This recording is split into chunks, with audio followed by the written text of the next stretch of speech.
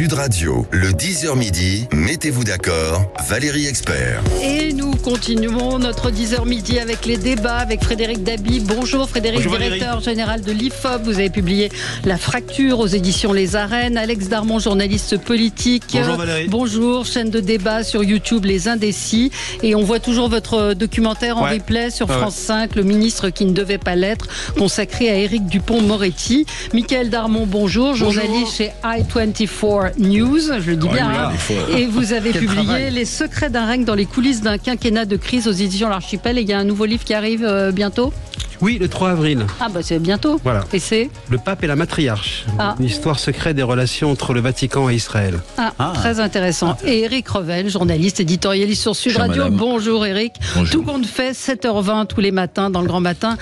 Sud Radio, c'est intéressant ce qu'il a raconté le député Très intéressant, Bataillon. très clair. J'ai trouvé Très clair, très bon. Moi aussi, j'ai trouvé... Ça me rassure un peu. Oui. Allez, on va parler de l'aide active à mourir, une loi avant l'été. Qu'en pensez-vous, Valérie Hayé, candidate Renaissance aux Européennes? Nous sommes à Munich en 38, haro sur le Rassemblement national, les Français et le soutien à l'Ukraine, bref, beaucoup de sujets. Et puis en ce moment, Gabriel Attal qui rend hommage aux victimes du terrorisme à Arras. On va commencer avec vos coups de cœur, vos coups de gueule, Éric.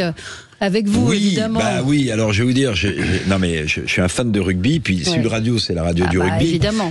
Donc ces 3 matchs de ce week-end du tournoi Destination ont été exceptionnellement magnifiques. Et je pèse mes mots. Vous avez un magnifique match entre l'Italie et l'Écosse, où l'Italie bat l'Écosse, ce qui est quand même une grande surprise. Vous avez ce fabuleux match entre l'Angleterre à Twickenham et l'Irlande, qui jouait le Grand Chelem, et l'Angleterre bat l'Irlande. Et puis hier à 16h, France, évidemment. Le 15 de France renouvelé, rajeuni, et qui vient à bout au Millennium de Cardiff d'une jeune équipe galloise. Alors je sais pas si l'équipe de France s'est retrouvée, mais en tout cas envoyer du jeu comme le 15 de France a envoyé, ça nous a fait plaisir. Et je vais vous dire, avoir autant de matchs sur un week-end de cette qualité-là, de ce suspense. Bon, pour ceux qui aiment pas le rugby, regardez. Il y a France-Angleterre dimanche, samedi. Bon, voilà. Alors, on joue pas la première place sans doute. Il faudra un cas de figure compliqué. Mais en tout cas, si on peut battre les Anglais dans un crunch qui s'annonce très chaud, parce qu'on joue la deuxième place, voilà. Il n'y a pas beaucoup de sujets en ce moment, un peu légers, un peu. Et vraiment, j'ai trouvé, ça faisait du bien de voir cette équipe de France soutenu par pas mal de supporters qui a fait le déplacement au Pays de Galles. Bon, moi j'ai trouvé ça magnifique. Les 3 matchs. Les 3 matchs. Soyons pas chauds. Et juste un mot sur nos confrères journalistes qui lèchent, qui lâchent et qui lynchent sur Fabien Galtier. Ça a été, je trouve que le sort qui lui est réservé, français, franchement, ça a été une idole. Et puis après, gna gna gna gna gna gna. La roche tarpéienne est toujours très près du Capitole, on le sait malheureusement. Alors, Fabien Galtier est un personnage complexe quand même. Oui, c'est un personnage complexe qui parfois dans ses interventions d'après-match ou d'avant-match, vous savez, ça me fait penser un peu à ce joueur de foot à Cantona qui nous avait expliqué que les mouettes suivaient le bateau. Vous voyez, parfois on a du mal à suivre les déclarations de Fabien Galtier. Mais vous avez raison. Non, mais vous avez raison. Non, mais il y a eu une fracture, je pense, avec ce quart de finale perdu en Coupe du Monde. Même si même si je continue de penser, franchement, que l'arbitre nous voulait du mal. Bon, voilà. Mais vous savez, la théorie des 3 L dans le monde qui est le nôtre, ma chère Valérie, la théorie des 3 L, léchage, lâchage, lynchage, ça touche pas que le sport. Ça touche à peu près tous les métiers en vue, y compris la politique. On vous aime, on vous lâche et on finit par vous lyncher. Après, il n'est pas sorti de l'affaire, Fabien Galtier, parce qu'hier, ils font un très bon match. Effectivement, j'ai adoré ce week-end aussi rugby. Parce qu'en plus, moi, j'ai joué et là, j'ai mal partout ce matin pour me dire, je pense qu'il faut que j'arrête là. Mais j'ai adoré ce week-end et j'ai adoré cette équipe de France avec la prise de pouvoir de la jeunesse. Voilà. On l'attendait, cette prise de pouvoir. Et c'est compliqué pour un coach comme Fabien Galtier d'avoir eu un groupe pendant 4 ans et de se dire du jour au lendemain qu'il faut tourner la page. Il l'a fait, c'est aussi la marque des grands coachs. Il a changé 8 joueurs sur 15. 8 joueurs sur 15. C'est beaucoup. Voilà, quand les automatismes, le niveau qu'il faut pour jouer. C'est pour ça que je trouvais injuste le lynchage qu'il y a eu après la défaite. Effectivement, c'est pas votre truc, Michael, le rugby, je sens. Non, mais votre regard je regarde un peu vide. J'écoute avec attention. Non, mais c'est toujours très intéressant la communauté du rugby parce qu'en réalité, elle est moins individualiste que celle du football. Ah, mais les images sont magnifiques. Moi, je suis ni foot ni rugby. J'ai toujours été attentif au fait qu'effectivement, dans le rugby, il y avait quand même tout le monde trouvait sa place, tout le monde avait sa place à l'égard du football. Quand vous voyez voyez l'hymne, quand vous voyez les supporters, en fait. quand vous voyez cette effervescence, il y a quelque chose de joyeux dans le rugby. Front renversé, c'est-à-dire il y a une forme de violence régulée sur le terrain qu'il n'y a pas dans le public, à l'inverse du football où normalement personne se touche, mais la violence est dans les stades. Et à la fin du match, tout le monde se serre la main en rugby et vraiment passe à autre chose, quoi. Le combat a lieu sur le terrain. Frédéric, rugby. Non, mais tout à fait. Rugby ou foot? Non, moi je suis de moins en moins foot, de plus en plus rugby. Je suis plus tennis, comme je l'ai déjà dit à plusieurs reprises sur des coups de cœur. Ouais. Mais effectivement, j'ai eu la chance d'assister à la finale de la Coupe du Monde au Stade de France. Ça s'est joué également à 1 point. Il y aurait pu avoir une tension énorme entre supporters néo-zélandais et sud-africains, et ça s'est terminé avec plutôt de la camaraderie. Donc ça fait plutôt plaisir. Mais si je peux vous raconter une toute petite anecdote que j'ai vécue, c'était un match au Millennium. C'était une demi-finale ou un quart de finale France All Blacks. Donc vous voyez, c'était très chaud. J'étais dans le même hôtel que plein de supporters All Blacks. Donc ça chambrait, vous voyez, mais gentiment. Et le lendemain, parce que la France avait battu avec le fameux Christophe Dominici, avait battu les All Blacks, je peux vous dire que c'était très marrant parce que les gens étaient très respectueux. C'est-à-dire qu'ils disaient good game, bien joué les Français, etc. Vous voyez, au foot, dans l'ascenseur le lendemain matin, ça serait pas passé de la même manière. Et c'est ça qui est génial au rugby. C'est que il y a un respect pour le combat que représente un match de rugby sur le terrain, et il y a un respect entre supporters après. Et ça, c'est la vraie fraternité du sport. Frédéric, c'est un coup de cœur Oui, un coup de cœur culturel, loin de la politique. C'est pour un film allemand qui s'appelle La Salle des Profs, que j'ai eu la chance de voir. J'ai vu samedi soir. Que j'ai vu dimanche soir, mon cher Mickaël. On va pas raconter notre vie à l'antenne, mais c'est vrai que ce film, alors, vous allez pouvoir peut-être rebondir, m'a énormément plu. Moi, je trouve que le cinéma allemand déjà est un cinéma de qualité, d'exigence. Il n'y a pas assez de films allemands qui sortent en France. Et voilà, je vais pas raconter en fait l'histoire, mais on voit à travers un événement anodin, une affaire de vol, comment une communauté éducative, aussi bien la salle des profs, aussi bien une salle de classe, aussi bien une institutrice, une professeure d'origine polonaise, tout explose, tout implose, mais c'est fait de manière extrêmement fine, sans éléments grandiloquents, et on retrouve une sorte de précipité de tout ce qu'on n'aime pas dans la société actuelle, l'exagération, l'outrance, le fait qu'on n'écoute pas la nuance, le fait que les voix raisonnables sont complètement tues, la question d'une forme de racisme, de moraline, de politiquement correct. Alors le film a concouru pour les Oscars du meilleur film étranger. Alors j'ai pas regardé, mais je crois qu'il l'a pas eu, puisque je sais pas ni la Dominique Chute qui a eu le meilleur scénario, si je me trompe pas, mais c'est vraiment un film à voir avec l'héroïne qui avait joué pour les cinéphiles de Sud Radio dans le ruban blanc de Mickaël Haneke il y a une quinzaine d'années. On va marquer une pause et on se retrouve dans un tout petit instant avec vous sur Sud Radio. Sud Radio. Sud Radio. Parlons vrai. Parlons vrai. Sud Radio. Parlons vrai. Dans le nouveau magazine Journal de France. Sud Radio, le 10h midi, mettez-vous d'accord, Valérie Expert. Et on est ensemble avec vous sur Sud Radio pour le 10h midi avec Frédéric Dabi, directeur général de l'IFOP. Vous avez publié La Fracture aux éditions Les Arènes. Alex Darmon, journaliste politique. On peut vous retrouver sur votre chaîne YouTube Les Indécis. Vous avez également réalisé Le ministre qui ne devait pas l'être. C'est en replay sur la plateforme de France Télévisions, sur France 5. Ça concerne le ministre Éric Dupond-Moretti que vous avez suivi pendant 3 ans. Mickaël Darmon, journaliste politique chez i24 News. Vous avez publié Les secrets d'un règne dans les coulisses d'un quinquennat de crise. Et Éric Revel, journaliste, éditorialiste sur Sud Radio. Tout compte fait, c'est tous les matins à 7h20 dans le Grand Matin Sud Radio. Et nous allons continuer notre tour de table. On va parler de cette loi annoncée par le président de la République, l'aide active à mourir. La candidate Renaissance aux Européennes qui a fait une prestation assez pitoyable, il faut bien le dire, ce week-end. Non, mais disons les choses, non, était pas bonne. Nous sommes à Munich en 38. La majorité, visiblement, a décidé de faire haro contre le Rassemblement national. Bref, beaucoup de sujets à développer. Je ne sais pas si on aura le temps de tout faire, mais on va essayer. Mickaël, c'était un coup de gueule. Oui, c'est un coup de gueule concernant la journée qui fera date, celle du 8 mars 2024, qui est l'onde de choc quelque part du 7 octobre 2023 avec les massacres du Hamas, puisque pour la deuxième fois, mais cette fois-ci, on est quand même c'était la journée du 8 mars, hein, quand même très symbolique pour le droit des femmes. Eh bien, les collectifs qui défendent donc les femmes mutilées et violées en Israël le 7 octobre ont été violemment pris à partie par des collectifs et des groupuscules palestiniens militants au fond pro-Hamas, hein, et qui ont éjecté, ont insulté ces femmes au point que la police a dû intervenir pour les exfiltrer, pour protéger leur sécurité. Donc au fond, c'était la journée du droit des infâmes. Ce jour-là, parce qu'effectivement c'est absolument inconcevable de constater que parmi les mouvements féministes, d'abord il y a quand même ceux qui pensent que la cause de la défense du Hamas c'est une cause féministe, donc c'est quand même fort de café, étant donné que c'est quand même un des premiers mouvements les plus puissants, on va dire, anti-femmes, xénophobes, homophobes et tout ce que l'on veut, d'une part. Et puis deuxièmement, parce que quelque part, c'est vraiment je dirais maintenant et on le voit un peu partout en Europe, c'est le brevet donné, assumé à l'antisionisme, à la haine d'Israël, alors que beaucoup d'Israéliens dans ce pays n'ont pas attendu les autres à l'extérieur pour critiquer ou la politique de colonisation ou la politique de Netanyahou ou globalement la politique d'Israël. Ou c'est pas parce qu'on critique la politique d'Israël qu'on doit automatiquement être contre Israël. Mais là, l'amalgame est fait.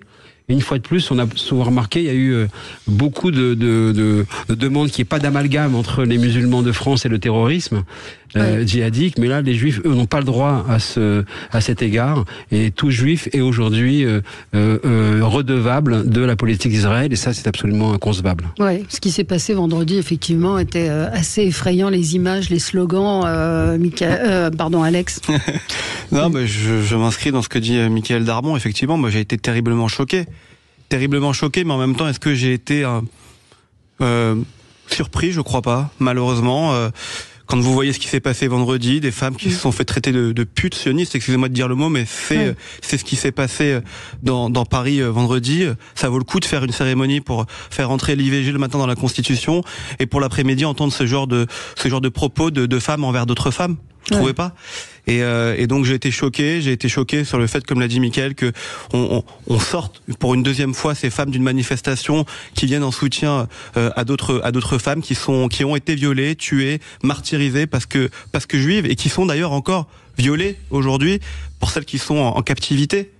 Donc je crois qu'il se passe quelque chose de très très grave qu'on ne prend pas la mesure. Ça s'est passé à Paris, ça s'est aussi passé à Londres, hein, au passage, ce week-end où des zones de non-circulation ont été adressées aux Juifs. Ils ne pouvaient pas circuler dans certains endroits de la capitale à Londres. La une du Daily Telegraph, hein, c'est ça aujourd'hui.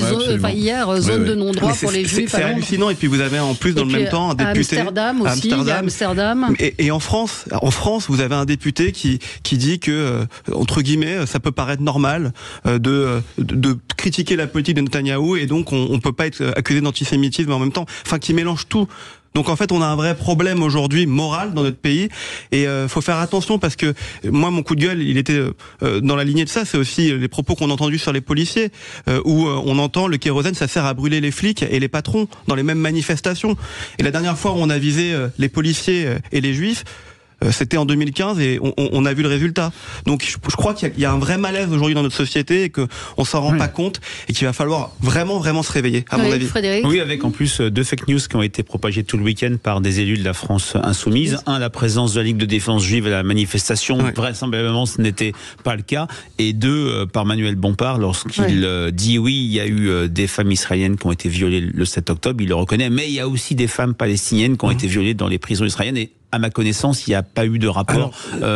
Effectivement, c'est une fake news qui se base, comme beaucoup maintenant le font de côté de la France insoumise et l'extrême gauche, sur le rapport de l'ONU qui a été rendu par l'envoyé spécial, qui dans son rapport justement sur les crimes sexuels du Hamas a une tentative assez pathétique de vouloir équilibrer. Elle a aussi évoqué ces possibilités de violences sexuelles sur les Palestiniennes.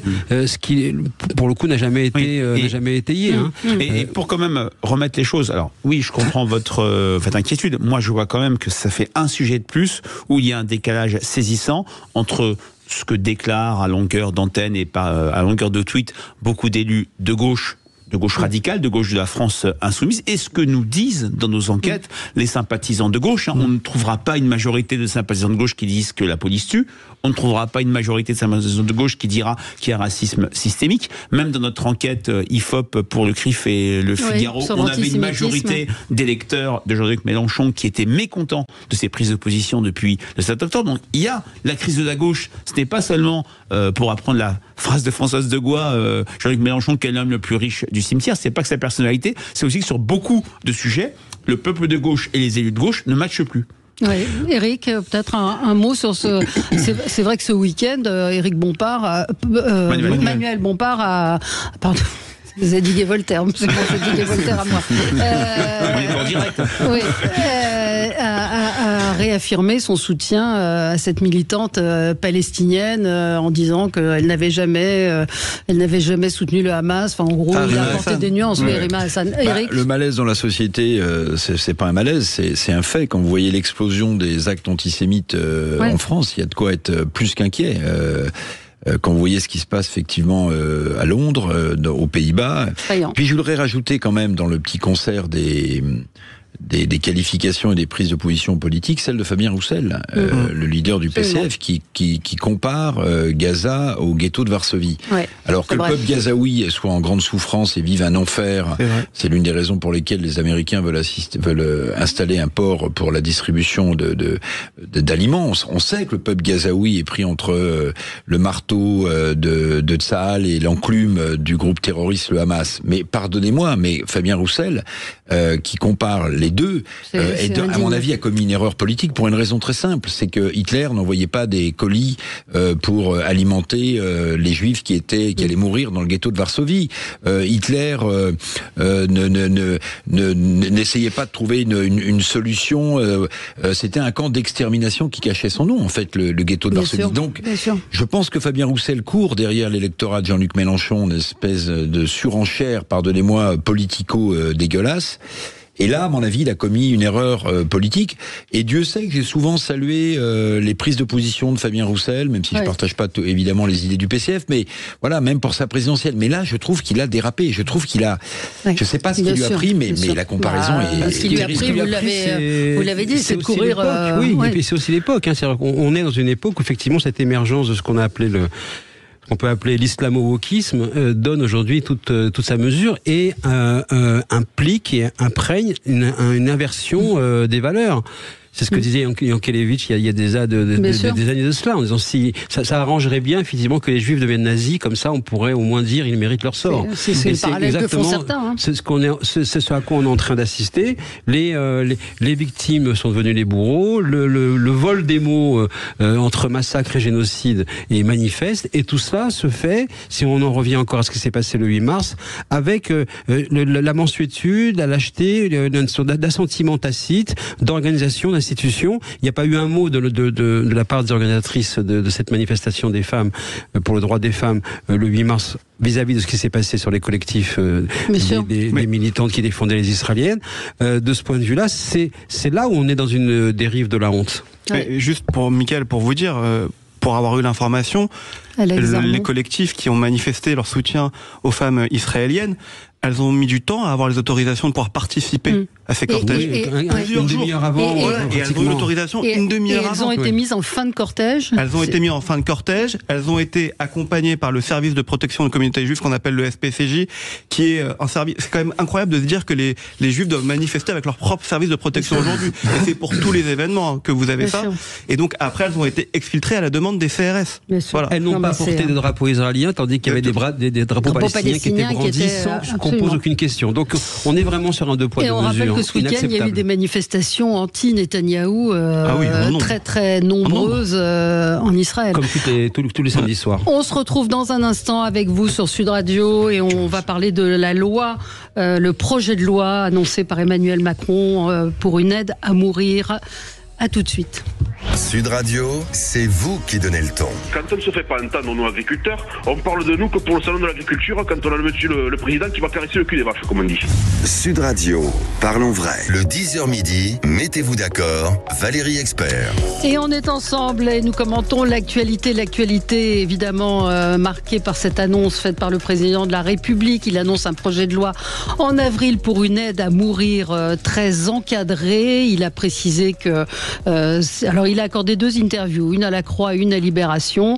Donc il veut renforcer les soins palliatifs, mais dans le même temps, il estime qu'il est nécessaire effectivement qu'une loi encadre un certain nombre de cas de malades en phase terminale, de gens qui sont atteints entre autres par la maladie de Charcot. Je ne sais pas si vous avez vu le tweet de Charles Bietri, très touchant, qui est atteint de la maladie de Charcot et qui dit merci, j'ai réussi à bien vivre, je n'ai pas envie de mal mourir. La maladie de Charcot m'a déjà privé de l'usage de mes jambes et de la parole. Bientôt, ce sera la respiration accompagnée des souffrances pour moi et les miens. Cette loi, un premier pas, peut nous offrir liberté et dignité. Alors peut-être avant de parler du fond, peut-être parler de l'aspect politique de la chose et du moment où intervient cette loi, peut-être Frédéric Dabi, juste avant les européennes.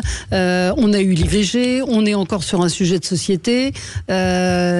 Quelle est l'arrière-pensée du président de la République? Je ne connais rien des arrière-pensées. C'est vrai que cette question de la fin de vie est au centre de l'agenda des Français, symboliquement depuis une date, depuis 2001. Depuis l'affaire Vincent Humbert, vous vous souvenez, ce jeune homme devenu tétraplégique, sourd, aveugle, et qui avait fait écrire une lettre à Jacques Chirac pour l'aider à mourir. C'est un sujet qui concerne tous les Français, qui les concerne tous. C'est un sujet où je ne vois pas d'autres sujets d'opinion où il y a un décalage si fort entre ce que veulent les Français. Et pas seulement dans les sondages. On peut dire que les sondages sont trop sur de l'émotionnel, que la question est parfois un peu simpliste. Préférez-vous mourir dans la dignité que pas mourir dans la dignité? On connaît la réponse. C'est pas comme ça qu'on pose les questions. Mais je pense au qualitatif. Je pense aux conférences citoyennes. Celle qui a été faite en avril 2023, celle que l'IFOP a faite en 2013 avec Jean-Claude Ameisen pour le comité d'éthique. Il n'y a pas un sujet où entre ce que veulent les Français, voir changer cette loi, avoir cette liberté ultime, et ce que propose le législateur, il n'y a pas un sujet où il y a un hiatus aussi fort. Maintenant, le coût de la récupération politique, je n'y crois pas une seconde, parce que ce qui me frappe, et c'était une enquête IFOP fiduciale pour Sud Radio en avril 2023, où 75% des Français étaient favorables à l'aide active à mourir, il n'y a pas le moindre clivage politique. Sympathisants de gauche, 77. Sympathisants de droite, 78. Même chez les catholiques pratiquants, il y a une majorité de catholiques pratiquants favorables au fait que cette loi change, parce que il y a des cas dont vous parlez, la maladie de Charcot. Ce qu'a dit le président, c'est extrêmement encadré. Il y a peut-être un point qui va ne pas passer auprès des Français. C'est ce collège de médecins qui va prendre sa décision. Les critiques qui avaient été faites sur la loi Claes-Leonetti, c'était l'idée que c'était une loi pour les médecins et pas une loi pour les patients. Donc en tout cas le débat est lancé. Moi je prends un risque. Je ne crois pas une seule seconde à un mouvement type manif pour tous. Il y aura des manifestations monstres dans la rue. Je n'y crois pas une seule seconde. Il y aura bien sûr des protestations, il y aura du débat, il y aura des clivages, mais du point de vue de l'opinion publique, j'ai rarement vu une telle unanimité. Ouais. Oui, c'est effectivement intéressant parce que ça confirme encore une fois de plus dans la longue histoire des évolutions de la société et l'histoire des mentalités, comment à chaque fois ce sont les politiques qui sont à la traîne de la société et qui sont amenés à au fond à se recadrer et à s'aligner sur les demandes sociales, les demandes collectives. On le voit depuis la pilule, la contraception, l'IVG. Aujourd'hui, donc le droit à mourir, sur tous ces sujets, le mariage pour tous, sur tous ces sujets sociétaux lourds d'organisation de la société, eh bien, les politiques prennent du temps et sont toujours en temps de retard pour pouvoir récupérer, légaliser et au fond encadrer une demande et une évolution des mentalités. Donc ça, c'est effectivement ça a pris le temps, comme le disait Frédéric. C'est c'est un lent et long mouvement qui s'est installé aujourd'hui en France et qui fait absolument consensus. Quant à ce que vous disiez au début sur l'aspect politique, on est clairement dans un moment où effectivement le président de la République veut s'inscrire dans une séquence progressiste. Vous l'avez évoqué, un avortement, fin de vie et autres sujets de cette démarche-là. Il y a, je trouve, une bonne coïncidence entre la fin de sa longue réflexion et le temps de la campagne pour les européennes. C'est un apport de plus. On verra, étant donné qu'il n'y a pas de consensus, il n'y a pas de clivage, on verra dans quelle mesure justement ça sera utile. Oui, il n'y a pas de clivage. Même au Rassemblement national, certains vont voter cette loi. C'est la famille politique qui est la plus favorable parce que c'est plutôt des jeunes et plutôt des gens des catégories populaires. C'est effectivement une surprise. Non, mais donc voilà, c'est exactement ça. Après, je ne sais pas s'il y a de la récupération politique. En tout cas, ce qui est certain, c'est qu'il y a de la politique là-dedans aussi. Et comme il n'arrive pas à rassembler le président de la République et sa majorité sur des textes importants, il va sur des textes un peu plus, entre guillemets, faciles, qui vont faire consensus et qui lui permettent de voter et de proposer des lois plus grand public. Donc, je ne sais pas si c'est un coup politique. En tout cas, c'est réfléchi. Ça arrive au bon moment. Vous allez avoir cette proposition de loi qui va être annoncée au mois d'avril au Conseil des ministres. Discussion au mois de mai. Mais il y a quand même pas mal de points à discuter dans ce genre de projet, parce qu'on parle de court terme, on sait ce que ça veut dire pour ceux qui pourront décider. Moyen terme, on ne sait pas. Il y a aussi qui est le proche qui va pouvoir donner la mort à un moment donné à cette personne. Il y en a qui ne pourront pas. C'est prévu. C'est quand même de l'euthanasie si c'est le cas. Ça c'est le premier point. Et le deuxième point, quand vous lisez l'interview hier du président de la République dans le Croix et dans la Croix et Libération, qui est une interview très intéressante d'ailleurs, quand vous la lisez dans sa globalité, vous vous rendez bien compte qu'il continue quand même à faire un peu du macronisme, puisqu'il parle toujours de fin de vie mais jamais d'euthanasie. Il utilise des mots vraiment pesés et choisis. Donc c'est quand même un sujet politique qui va arriver dans les semaines qui viennent. Mais c'est vrai, une auditrice me dit, moi je l'ai vécu avec mon gendre, c'est vrai qu'on a, je pense, pratiquement tous dans notre entourage des gens qui ont eu recours au suicide assisté d'une certaine manière quand la thérapeutique, sauf que c'est injuste parce que c'est inégal selon le médecin, selon la relation que vous avez accès ou non à une aide active à mourir. Oui. Alors Gabriel Attal annonce que le débat viendra en discussion à l'Assemblée nationale le 27 mai, donc la date est connue. C'est un sujet très grave, c'est un sujet personnel, c'est un sujet qui touche l'intime. Alors par définition, une loi qui globalise tout ça... C'est compliqué. C'est compliqué, mais ce que je note quand même, si vous voulez, c'est qu'au moment où on parle d'économie budgétaire, au moment où on va attaquer le modèle social français, très dispendieux, c'est vrai, au moment où Bruno Le Maire dit qu'il faudra peut-être dérembourser en partie ceux qui ont des traitements pour des longues maladies. Bien. Si vous voulez, il y a une incohérence formidable. Il y a un paradoxe formidable à annoncer dans le même temps. Et puis, oui, je suis d'accord. C'est dû en même temps, de nouveau. C'est-à-dire qu'on hésite entre le suicide assisté et l'euthanasie. Et puis, il y a un sujet qui mettrait peut-être tout le monde d'accord, parce que la souffrance est personnelle. C'est vraiment intime, mais ce serait le développement à marche forcée des soins palliatifs. Or, les soins palliatifs, le président de la République dit on va avoir un plan sur 10 ans, on va mettre 1,6 milliard 100 millions. 1,6 milliard. 1,6 milliard mais en fait, le véritable accompagnement dans la dignité des maladies incurables, et on a tous accompagné des proches dans ces endroits qui sont entourés d'une grande humanité, c'est en fait le développement des soins palliatifs. Or là, il y a une véritable injustice sociale, injustice départementale, puisque vous avez plein de départements qui n'ont pas d'unité de soins palliatifs. 21. Et puis j'ajoute, parce que le sujet il est sur la table depuis très très très très longtemps. J'ai en mémoire ce formidable livre qui s'appelait justement La mort intime de Marie de Henzel, qui avait été préfacé par François Mitterrand sur la question des soins palliatifs, lui-même étant, on l'a appris bien plus tard, très malade. 93, en réalité, c'est un sujet qui aurait mérité justement qu'on y mette de l'argent. Et ça, c'est une façon de traiter chacun avec sa propre intimité face à la souffrance, à la maladie, sa maladie ou la maladie proche, la question de l'accompagnement de la mort des soins palliatifs. Je vous lis le témoignage d'une auditrice. Il y a tout dans la loi. Mon mari a bénéficié de soins palliatifs. Il demandait à mourir. Les médecins en ont parlé avec lui. Il a été décidé de lui faire une sédation prolongée. Il est décédé une semaine après, paisiblement et sans douleur. Le scandale, c'est qu'il n'y a pas assez de soins palliatifs. La fin de vie coûte cher. Il n'y a pas assez de soins palliatifs. Il n'y a pas assez de personnel. Moi, je ne produis rien. Ce qu'a dit Eric est extrêmement intéressant. Je sors d'un débat avec Jean-Paul Hamon qui a dit à peu près la même chose.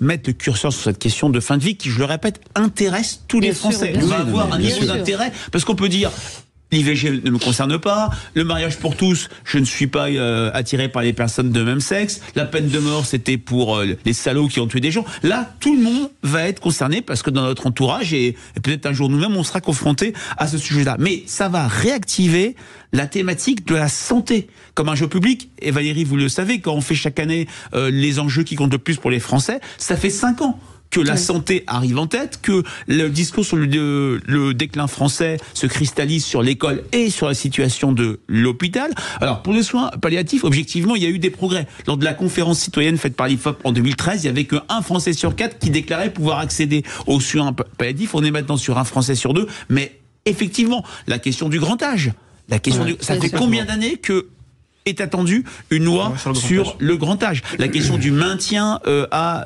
domicile, la question de la génération des 50-64 ans qui sont en souffrance absolue parce qu'elles sont charnières pour aider leurs enfants et très souvent pour aider leurs parents qui sont en situation de grand âge. Mais en tout cas, effectivement, cette loi, je pense qu'elle va être très fortement soutenue. Alors, on verra les différents contours, parce que pour les Français, ce n'est pas une question d'accès massif, c'est une question de liberté au cas où. Et c'est vrai que la loi Leonetti et Claes, j'entends le discours que vous venez de dire de votre auditrice, cette personne qui est morte tranquillement au cours d'une sédation profonde et continue. Ce qu'on ne sait pas, c'est que ça peut durer plusieurs semaines. Ce qu'on ne sait pas, c'est que les patients ne mangent pas, ne boivent pas, ils sont parfois un petit peu conscients. Pour Vincent Lambert, l'autre. La famille du jeune Hervé Pierrat qui s'était suicidé, qui s'était raté entre guillemets et qui est resté à agoniser pendant des semaines et des semaines. C'est ces cas, même si ce sont des cas limites. Et puis il y a les cas médiatiques. François Hardy dans Paris Match il y a quelques temps, vous parlez de Charles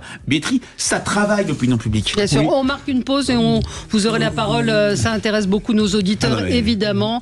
Les soins palliatifs, quand ils existent, ils n'empêchent pas toute la douleur. J'y ai été confrontée il y a 1 mois pour ma mère et elle a souffert. Il y a un temps de réaction et on laisse souffrir. Et pourtant, on avait demandé à ce qu'il n'y ait pas de souffrance. Bernard nous dit tout à fait d'accord. C'est ce qu'on appelle les douleurs réfractaires. Je l'ai vécu avec ma maman qui avait la maladie de Charcot, qui a été hospitalisée. On a demandé, ma sœur et moi, si on pouvait lui injecter. On lui a demandé de la morphine pour éviter qu'elle souffre. Donc, il y a des choses qui sont faites, mais ce que disait Eric Revel, avec une terrible injustice. On y revient dans un instant. À tout de suite. Sud Radio, le 10h midi, mettez-vous d'accord, Valérie Expert. Sud Radio, le 10h midi, mettez-vous d'accord, Valérie Expert. Et nous parlons de cette loi pour une aide à mourir, une loi très encadrée. Et beaucoup de vos témoignages nous disent, nous racontent leur expérience. Ils y ont été confrontés avec des gens qui ont pu bénéficier de cette aide à mourir. Alors, René dit arrêtez de dire que les patients meurent de faim et de soif. Les drogues passent par des perfusions qui nourrissent et hydratent les patients. C'est une ancienne infirmière qui vous parle. C'est vrai qu'il y a eu tout un débat même Marie de Henzel, dans le livre, on a parlé parce que lors de la conférence citoyenne de 2013, elle était venue intervenir, ainsi que Robert Badinter, il y avait vraiment tous les points de vue sur la fin de vie, et elle parlait quand même de la sensation de faim et de soif. Alors, Alex Armand, vous venez de réaliser, vous, un documentaire, produire pour sur Public la fin de Sénat, vie, qui s'appelle Ici et Maintenant, 3 mois en immersion dans un centre de soins palliatifs. Moi, je ne vais pas m'exprimer sur les conditions médicales, parce que je suis pas médecin et je sais pas comment ça se passe.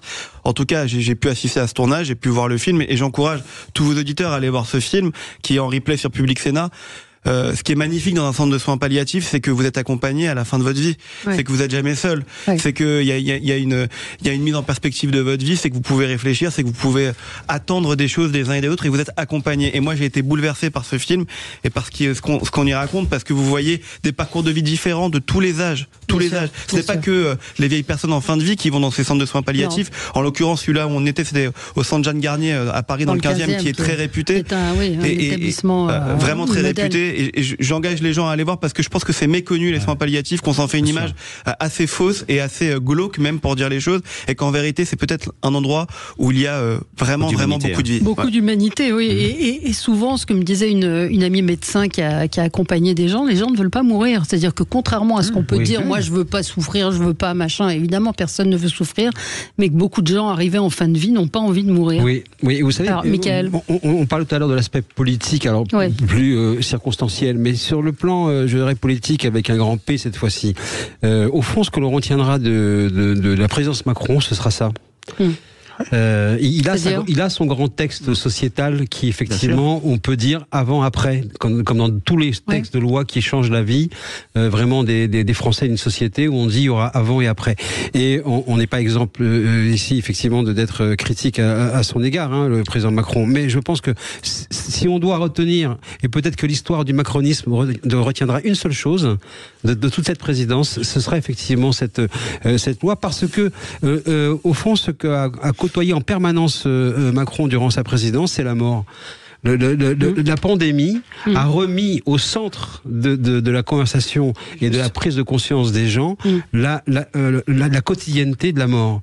Et c'était quelque chose qu'évidemment, pour un tas de raisons, depuis une génération, on mettait de côté, on était invincible, on parlait plus jamais de la mort. Le Covid est venu remettre la mort dans la vie quotidienne, et c'est Macron qui fait cette loi, qui est absolument demandé par les Français. Donc, je pense que c'est la seule chose qu'on retiendra du macronisme, en fait. On verra. Non, mais l'histoire confirme ce que dit Michael. Quand on fait une enquête pour les 30 ans du 10 mai 81 en 2011 pour la Fondation Jean Jaurès, alors qu'on peut pas dire qu'entre 81 et 95, il n'y a pas eu énormément de textes à l'époque de François Mitterrand, c'est la peine de mort, l'abolition de la peine de mort qui arrive en tête dans le souvenir des Français. Giscard d'Estaing a fait énormément de mesures. On a un peu oublié la majorité à 18 ans.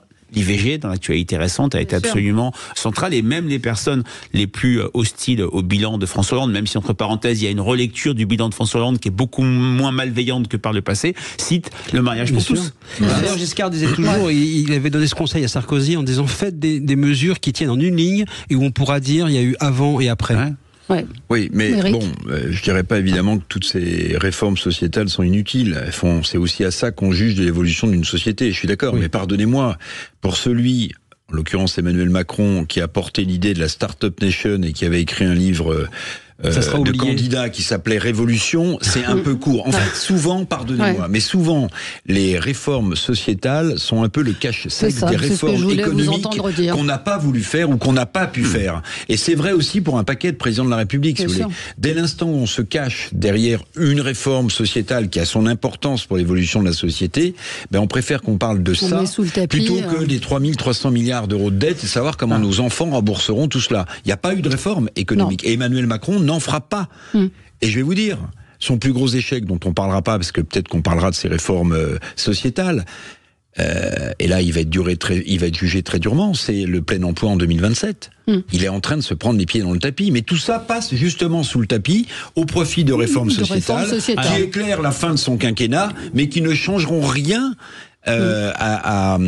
au pouvoir d'achat des Français, à leurs difficultés. Et à l'insécurité aussi, qui sont les deux premiers sujets. C'est vrai qu'il y a très souvent, j'entends ce que dit Eric, une critique dans les enquêtes qualitatives sur ces sujets de société. C'est une diversion pour cacher les vrais problèmes. Par exemple, pour citer un autre président, quand Nicolas Sarkozy met le paquet sur l'environnement, le climat, la COP de Copenhague, il n'y a pas un effet Copenhague, il y a un effet Stopenhague. Les Français disent stop, arrêtez de nous parler de ça. Ce qui nous inquiète, c'est le chômage qui progresse. On peut bien sûr faire les deux, mais quand on voit la hiérarchie des préoccupations, là c'est pas le cas, parce que il y a d'autres sujets de préoccupation pour les Français. Et entre parenthèses, la dette commence à remonter dans la hiérarchie des préoccupations des Français, compte tenu qu'elle a un impact maintenant de plus en plus concret dans la vie quotidienne. Bien sûr. Moi, juste simplement, effectivement, sévère. Oui, je trouve Eric sévère. Pas souvent, mais là, je trouve sévère. Mais il a raison. Je suis lucide. Il a raison. Non, mais parce que dire qu'on retiendra. C'est pas incompatible en fait. Il va y avoir. C'est Mickaël qui dit qu'on retiendra de ça. Alors, Oui, si on ne retient que ça, si on ne retient que ça, c'est qu'on a un point majeur. Non, mais il on devait retiendra pas que ça. On retiendra pas que ça. On retiendra aussi que pendant le Covid, et d'ailleurs, on est en train de le payer aujourd'hui. La France a été l'un des seuls pays à pouvoir accompagner les Français, à parler de chômage partiel et à faire en sorte que le pouvoir d'achat se maintienne. On le paye aujourd'hui. On retiendra aussi la réforme des retraites ratée. On retiendra sans doute la réforme du chômage.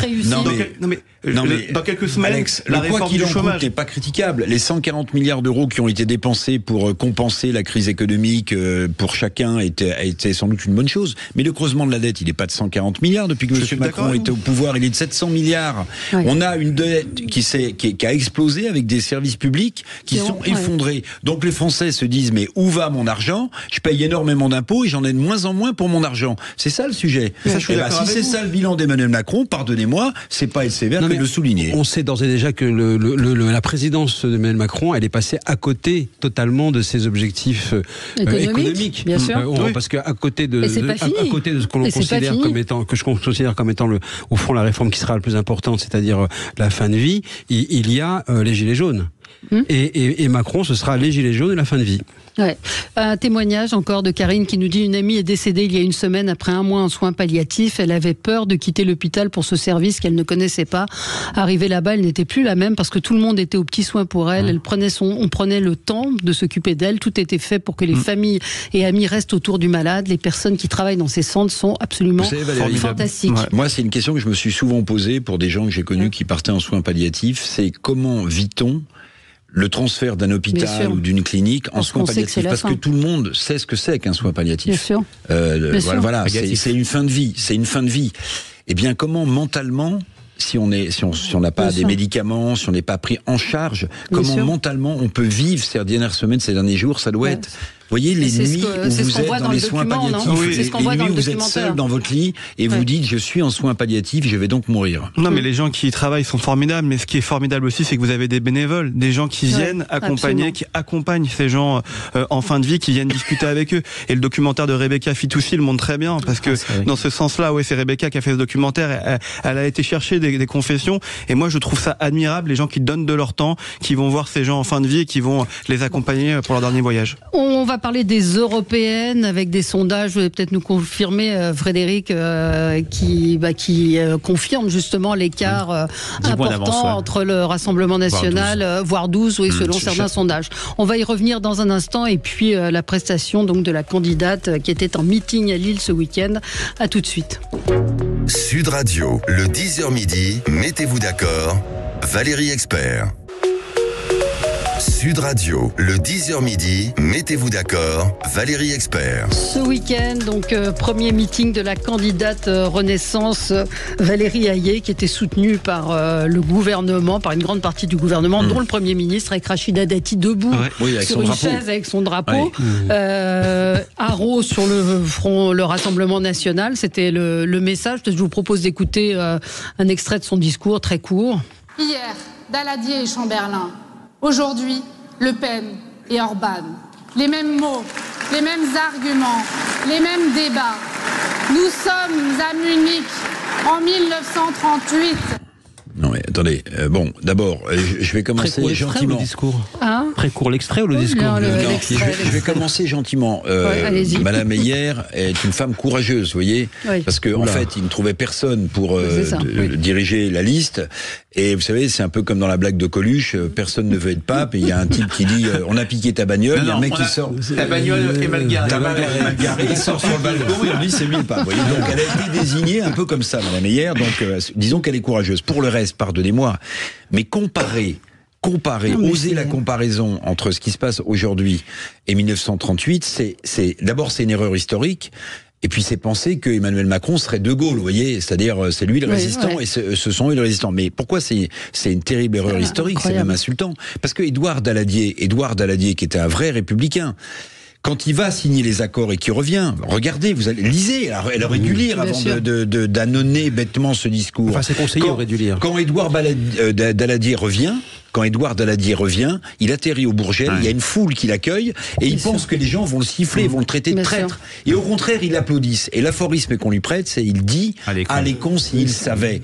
Donc Daladier sait très bien qu'en signant ce pacte de non-agression avec Hitler, il gagne uniquement du temps. Enfin, c'est pas un pacte de non-agression, c'est le sacrifice de la Tchécoslovaquie. Mais il sait très bien que derrière, la machine hitlérienne va ravager l'Europe. Donc faire de Daladier un traître à la cause républicaine française, c'est d'abord insultant pour sa mémoire, et c'est une erreur, enfin c'est pas une erreur, c'est une saloperie historique. Alors, je vais nuancer un tout petit peu. Déjà, l'IFOP a un lien particulier avec ces références, parce que le premier sondage publié de l'IFOP porte sur les accords de Munich, où l'opinion publique soutenait ces accords, mais pas à un niveau écrasant comme la classe politique française. Et pour la petite histoire, le segment d'âge le moins favorable aux accords de Munich, c'était les 21-25 ans, parce qu'à l'époque la majorité était à 21 ans, parce qu'ils avaient peut-être, comme Daladier, comme le dit Eric, anticipé que ces accords n'annonçaient rien de bon. Là où, à titre personnel, les comparaisons historiques, les points Godwin toutes les 10 secondes, ça devient fatigant. On parlait du dérapage de Fabien Roussel qui ne nous avait pas habitués à ça. Mais là où on peut écouter ce que dit Valérie Hayé, c'est les discours qu'on entend chez certaines personnes, chez certains élus, du RN comme de la France insoumise, de Pascal Boniface, qui est, on retrouve la rhétorique qui est mourir pour Danzig, rien à voir avec les accords de Munich, mais c'est la suite de Munich quand même. Et on va pas mourir pour le Donbass.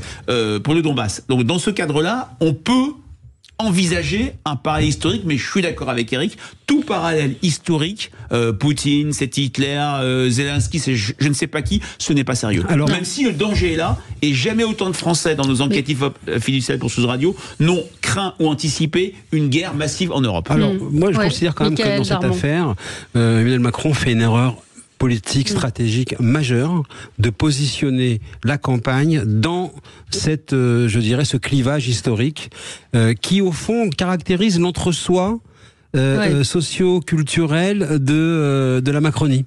Bien évidemment, tous les Français se lèvent tous les matins en se disant mon Dieu, mais que se passe-t-il? Nous sommes en 38 et c'est Daladier, et c'est Chamberlain et c'est Poutine, bien sûr. Donc ça veut dire que en faisant ça, et d'ailleurs en ne parlant pratiquement pas un mot dans ce meeting, ni d'Europe, ni de vie quotidienne, ni de la situation des Français en Europe et d'une manière générale des enjeux européens, eh bien il s'enferme dans cette erreur-là et il laisse tout le champ au RN et à Bardella qui bien évidemment lui ne va parler que de la manière dont l'Europe organise, régule, encadre la vie des Français. Et c'est là que le vote va se confirmer.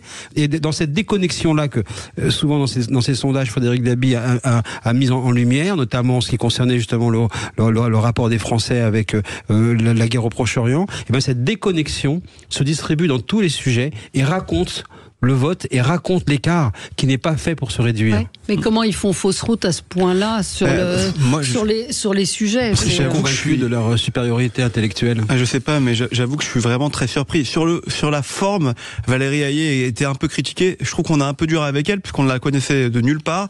Et je trouve qu'elle tient la distance, qu'elle a une bonne prestance. Et voilà. Après, on pourrait parler de sa façon de parler, mais son discours et la façon de s'exprimer sont plutôt bonnes.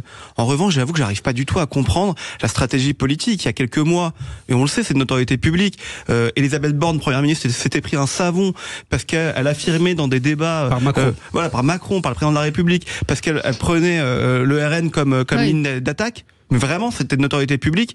Et là, hier, ils font 4 fois, 5, 10 fois pire que ce que pouvait faire Elisabeth Borne. Et donc, c'est vrai qu'on comprend leur stratégie, c'est d'installer un débat, un duo avec le Rassemblement national. Mais franchement, vous voyez pas où ils veulent aller en vrai. C'est quoi la prochaine étape? Ils vont nous dire quoi?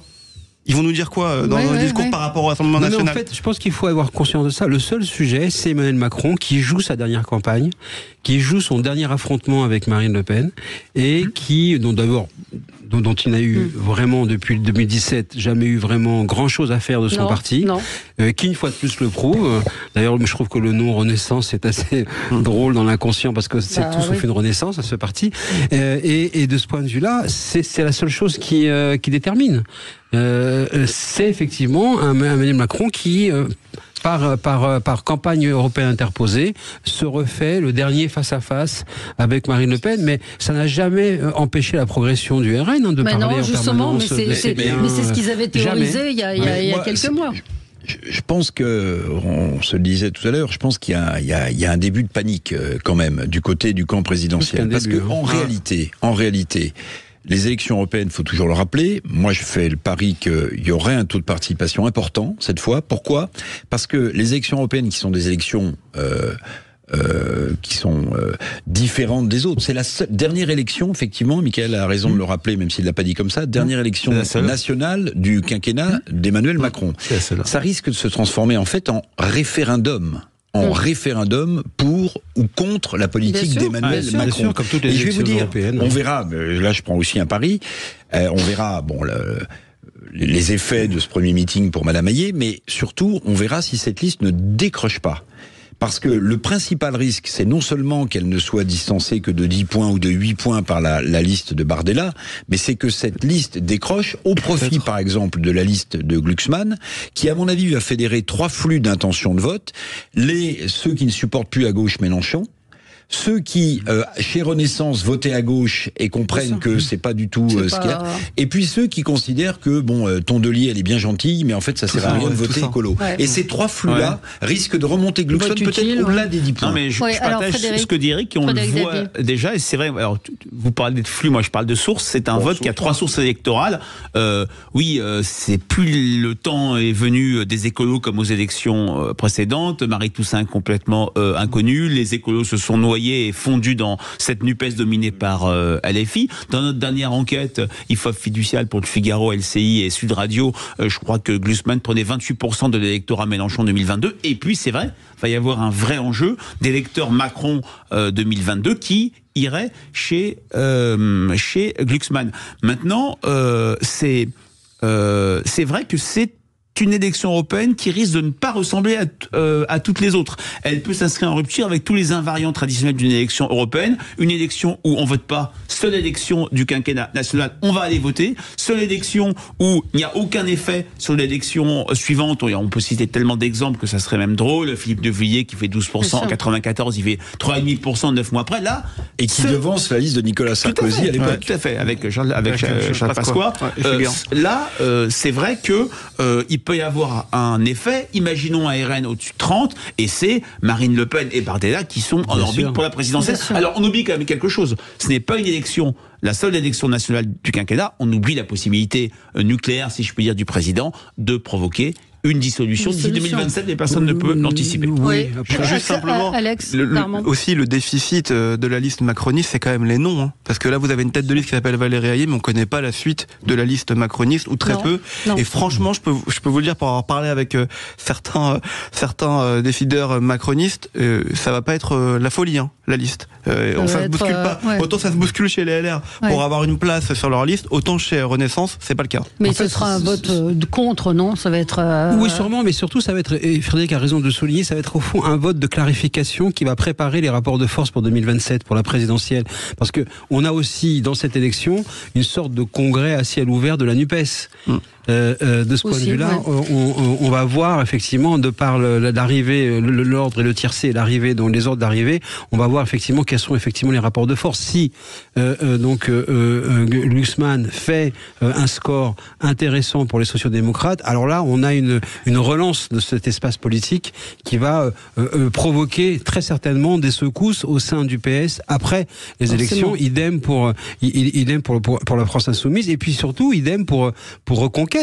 Dans les derniers sondages, notamment celui dans la tribune dimanche, donne au-dessous de 5%, c'est-à-dire 100 élus. Donc une disparition de ce parti, avec en tête de liste aujourd'hui Marion Maréchal, qui était toujours très médiatique, très en avant, et qu'aujourd'hui effectivement semble. J'ajoute juste un petit point, parce qu'on ne peut pas avoir la mémoire courte quand même. Souvenez-vous, aux élections régionales, tout le monde voyait le RN en tête, raflant 1-2 régions, Thierry Mariani, PACA. Et d'ailleurs, après les élections, tout le monde avait dit Marine Le Pen est cuite, sa stratégie est finie, elle a plus qu'à aller sur son Aventin et partir à la retraite. Bon, vous voyez. Donc il faut quand même être prudent, c'est encore loin. Allez, c'est fini pour aujourd'hui. Dans un instant, André Berkoff sera avec vous sur Sud Radio. Très bonne journée, à demain. Retrouvez Sud Radio Parlons Vrai à Lyon sur 105.8 FM. Sud Radio, parlons vrai.